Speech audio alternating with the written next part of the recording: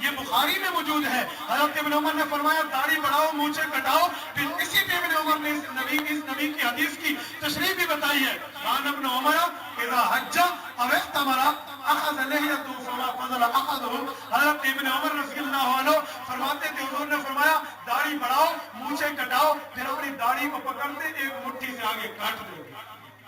ہم نے نبی سے حدیث کے لیے یہ تشریح صحابی سے لی.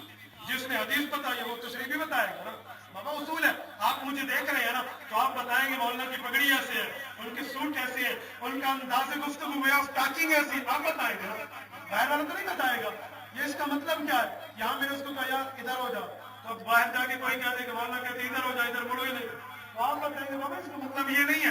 تو نبی سے صحابی حدیث لیتا ہے تو مطلب بھی تو بتاتا ہے. اس دن ایک آدمی نے کہا بھائی حدیث میں آیا ہے امام کے پیچھے سورۃ فاتحہ پڑھو, سورۃ فاتحہ نہیں پڑھو گے تمہاری نماز نہیں ہوگی. میں نے کہا یہ لفظ حدیث میں نہیں ہے کہ نہیں پڑھو گے نماز نہیں ہوگی. دنیا کی ایک حدیث دکھا دیں گے نہیں پڑھو گے تو نہیں ہوگی, یہ لفظ نہیں ہے. کہتے بابا حدیث میں ہے لا صلاۃ لمن لم یقرأ بفاتحۃ الکتاب, سورۃ فاتحہ نہیں پڑھو گے نماز نہیں ہوگی. میں نے کہا ٹھیک ہے حدیث نبی سے تو نے سنی ہے, فوراً پکڑو تو نے سنی ہے. کہیں گے نہیں کتنے سنی ہے. میں حضرت جابر میں سنی ہے تو ترمذی میں حضرت جابر نے اس کا مطلب بھی بیان کیا ہے. اس جابر سے مطلب بھی پوچھ رہے. امام ترمذی جلد اول باب الصلاۃ میں اس کا مطلب بیان کیا ہے. قال جابر انما اذا كان وحده, یہ اکیلے نمازی کا حکم ہے, مقتدی کا حکم نہیں ہے. اکیلا نمازی ہوگا سورۃ فاتحہ پڑھے گا, مقتدی ہوگا تو مقتدی نہیں پڑھے گا. صحابی مطلب بتاتے ہیں تو حدیث لیتے ہیں مطلب کو چھوڑ دیتے ہیں. میں تمہیں کیسے مانوں کہ تو سننی ہے. تو رافضی ہوا نا جو صحابی کا مطلب چھوڑ دیتا ہے. استادی فرماتے نہیں رافضی, یہ تو فوراً رافضی بن رہا ہے. صحابی کا مطلب چھوڑ دیں پھر بھی سننی مانو. اچھا ایک اور بات سنو. امام ابو حنیفہ نے ایک جگہ فرمایا تھا, حضور پاک علیہ السلام نے فرمایا انما جعل الامام لیؤتم بہ. یہ پوری حدیث پڑھی پھر کہا امام کا پڑھنا تمہارا پڑھنا ہے. امام پڑھے گا تمہاری طرف سے پڑھنا ہو جائے گا, پیچھے مقتدی سورۃ فاتحہ نہ پڑھے. بھائی حدیث میں ہے. کچھ لوگ مناظرہ کر رہے ہیں 10-15 آدمی کہ ہم سے مناظرہ کرو. امام اعظم کی مناظرے تو مشہور ہے, کبھی ہوتا میں امام اعظم کے مناظرے پہ گفتگو کرتا. ایک سے دوسری بات امام بخاری امام اعظم کے مناظرے میں نہیں چلی. ایک سے دوسری بات امام محسن کی اٹھا رہا نا پوری تفصیل امام اعظم کے مناظروں پہ.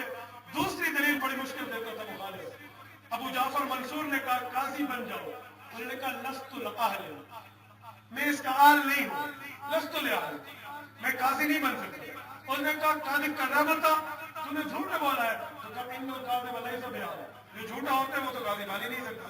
چل ابو جعفر پر جھوٹ کو کہہ دینا چاہو. 300 مولویوں کا شاگرد ہے, سارا علم اس کا ختم ہو گیا. امام اعظم کا تو مناظرہ ہے ہی اصل. وہ 15 بندے آئے کہ ہم نے بات کرنی ہے, امام کے پیچھے کیوں نہیں پڑے. امام بھی پڑھے مقتدی بھی پڑھے. امام اعظم نے کہا بابا تم 15 آدمی ہو, ایک بندے کو اپنا بڑا بنا لو, وہ مجھ سے بات کرے, وہ جیت جائے تم جیت گئے, وہ ہار جائے تم ہار گئے. ایک کو بڑا تو بنا لو. نے کہا بات معقول ہے. ایک کو بڑا بنا یہ ہمارا بڑا ہے, اس سے بات کرو, یہ بات کرے گا, جیت گیا تو ہم جیت گئے, ہار گیا تو ہم ہار گئے. چلو جیسے بندہ کھڑا ہوا امام اعظم نے کہا یہ جو بات کرے گا تمہاری طرف سے ہو جائے گی. انہوں نے کہا ہو جائے گی. انہوں نے کہا میں مناظرہ جیتا. انہوں نے کہا کیوں. انہوں نے کہا ہم بھی تو یہی کہتے ہیں کہ امام تلاوت کرے گا تو ہو جائے گی. ہم بھی تو یہی کہتے ہیں نا. تو یہ حال ہے.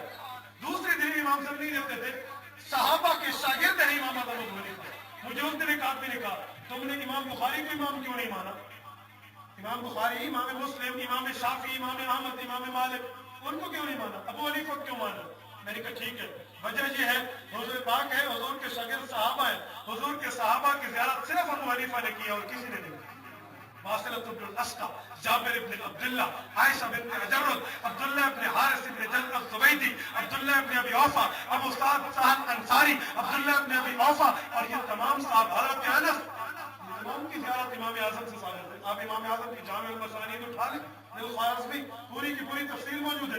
امام اعظم نے صحابہ کو دیکھا, باقی نہیں دیکھا, تو میں نے اسی لیے امام ابو حنیفہ کو مانا ہے کہ یہ جہنم نہیں جائے گا. حضور نے فرمایا لا تمس النار رآنی او رآ من رآنی, صحابی ہوگا جہنم نہیں جائے گا, تابعی ہوگا جہنم نہیں جائے گا. استاد اس کا ترجمہ کیا کرتے ہیں لا تمس النار رآنی او رآ من رآنی, صحابی ہوگا جہنم نہیں جائے گا, تابعی ہوگا جہنم نہیں جائے گا. بامحاورہ ترجمہ ایسا ترجمہ کیا کرے نا علماء طلبہ, اگلے کو سمجھ ان اللہ جعل الحق علی لسان ومن علی قلب, اس کا ترجمہ کرتے ہیں. استاد محترم کا عام ترجمہ ہوتا ہے اللہ پاک نے حق جاری کر دیا حضرت عمر کے دل پہ، حضرت عمر کی زبان پہ. استاد جی فرماتے ہیں ترجمہ با محاورہ کرو، عمر بولتا بھی ٹھیک ہے، عمر سوچتا بھی ٹھیک ہے. لا تحسبن، سوچنا دل سے ہوتا ہے نا. عمر بولتا بھی ٹھیک ہے، عمر سوچتا بھی ٹھیک ہے. تو وہی ترجمہ، نہ صحابی جہنم جائے گا نہ تابعی جہنم جائے گا. امام ابو حنیفہ تو تابعی ہم نے تبھی مانا. اچھا میرے بھائیوں بات کو کلوز کرو. میں نے شروع کیا تھا ہمارا نام ہے اہل السنت والجماعت. اہل السنت والجماعت کا ایک ایک مسئلہ، ایک ایک عقیدہ اللہ رب العزت کے قرآن سے، نبی کے فرمان سے ثابت ہے. ایک اور بات سن لو، اہل السنت والجماعت کا دعویٰ یہ ہے انبیاء علیہ السلام قبروں میں زندہ ہیں. وفات کے بعد انبیاء کرام کو رب قبروں میں حیات عطا فرماتے ہیں. لوگوں نے کہا یہ کیسے ہو سکتا ہے؟ قرآن پاک میں ہے انک میت وانہم میتون، سورۃ نمبر 39 سورۃ زمر آیت نمبر 30 میں رب نے فرمایا انک میت وانہم میتون، نبی تو فوت ہوگا. قرآن نبی کی موت کی بات کرتا ہے تو نبی کے زندہ ہونے کی بات کرتا ہے. لہذا دیوبند کا یہ عقیدہ قرآن کے خلاف بنتا ہے. میں نے کہا نانا بابا تیری غلطی ہے، تو نے سمجھا نہیں ہے. علوم نانوتوی کو پڑھے گا تو یہ آیت حیات کی دلیل ہوگی. وہ کہنے لگا کیسے؟ میں نے کہا حضرت نانوتوی نے یہ سوال اٹھایا ہے اللہ نے موت کے لفظ کو قرآن میں 2 دفعہ کیوں کہا ہے؟ انک میتن، نبی کے لیے موت کا ذکر الگ کیا، وانہم میتون، امتی کے لیے موت کا ذکر الگ کیا. اللہ یوں تو کہہ سکتے تھے انک وہم میتون، ایک موت کا لفظ آتا دونوں کا معنی پورا ہو جاتا کہ تو بھی فوت ہوگا وہ بھی فوت ہوں گے. یہ الگ الگ کیوں کہا ہے؟ یوں بھی کہہ دیتے کہ تو اور وہ فوت ہوں گے. موت کا لفظ اکٹھا کیوں نہیں لایا؟ نبی کے لیے لفظ موت الگ لائے ہیں، امتی کے لیے لفظ موت الگ لائے ہیں. اس اعتراض کا جواب کسی مماتی کے بس کی بات نہیں ہے. حضرت نانوتوی علماء دیوبند کے قدموں میں جواب موجود ہے. سورۃ نمبر 12 سورۃ یوسف اس کا جواب بتاتی ہے. حضرت نانوتوی کہتے ہیں القرآن یفسر بعضہ بعضا، قرآن کا ایک حصہ دوسرے حصے کی وضاحت اور ایکسپلینیشن اور تفسیر اور تشریح ہوا کرتا ہے. حضرت آؤ سورۃ یوسف پہ. حضرت یوسف علیہ السلام بھی ہے، زلیخا بھی ہے. زلیخا ارادہ کرتی ہے میں زنا کرتی ہوں، یوسف ارادہ کرتے ہیں میں چھٹکارا حاصل کرتا ہوں. حضرت یوسف نے بھی ارادہ کیا، زلیخا نے بھی ارادہ کیا. ان 2 ارادوں کا ذکر قرآن نے 2 لفظوں میں ذکر کیا ہے. وَلَقَدْ هَمَّتْ بِهِ وَهَمَّ بِهَا لَوْلَا أَن رَأَىٰ بُرْهَانَ رَبِّهِ. قرآن کہتا ہے ارادہ یوسف نے بھی کیا ہے. قرآن کہتا ہے ارادہ حضرت یوسف نے بھی کیا، زلیخا نے بھی کیا ہے. میں نے کہا بتا اللہ چاہتے تو اس ارادہ علیحدہ لفظ نہ اتارتے، ایک ہی لفظ میں اتار دیتے. وَلَقَدْ هَمَّتْ بِهِ وَبِهَا، اس نے بھی ارادہ اس نے بھی ارادہ کیا. ایسا نہ بولتے بلکہ یوں بولتے اس نے اور اس نے ارادہ کیا. ایک لفظ بولتے الگ الگ ارادے کا لفظ کیوں بولا ہے؟ تو کہنے لگا حضرت یوسف کا ارادہ گناہ سے بچنے والا تھا، زلیخا کا ارادہ گناہ میں داخل ہونے والا تھا. ایک گناہ سے چھٹکارے کا ہے، ایک گناہ میں مبتلا ہونے کا ہے. ارادے میں فرق ہے. اللہ نے لفظ 2 بار ذکر کیا ہے. میں نے کہا یہی بات تو یہاں بھی کہتے انک میتن وانہم میتون. نبی کی باری آئی لفظ موت الگ ذکر کیا، امتی کی باری آئی لفظ موت الگ ذکر کیا. تو پتہ چلا نبی اور امتی کی موت میں فرق ہے نا. فرق ہے نا. جب نبی کے پسینے تیرے میرے پسینے میں فرق ہے.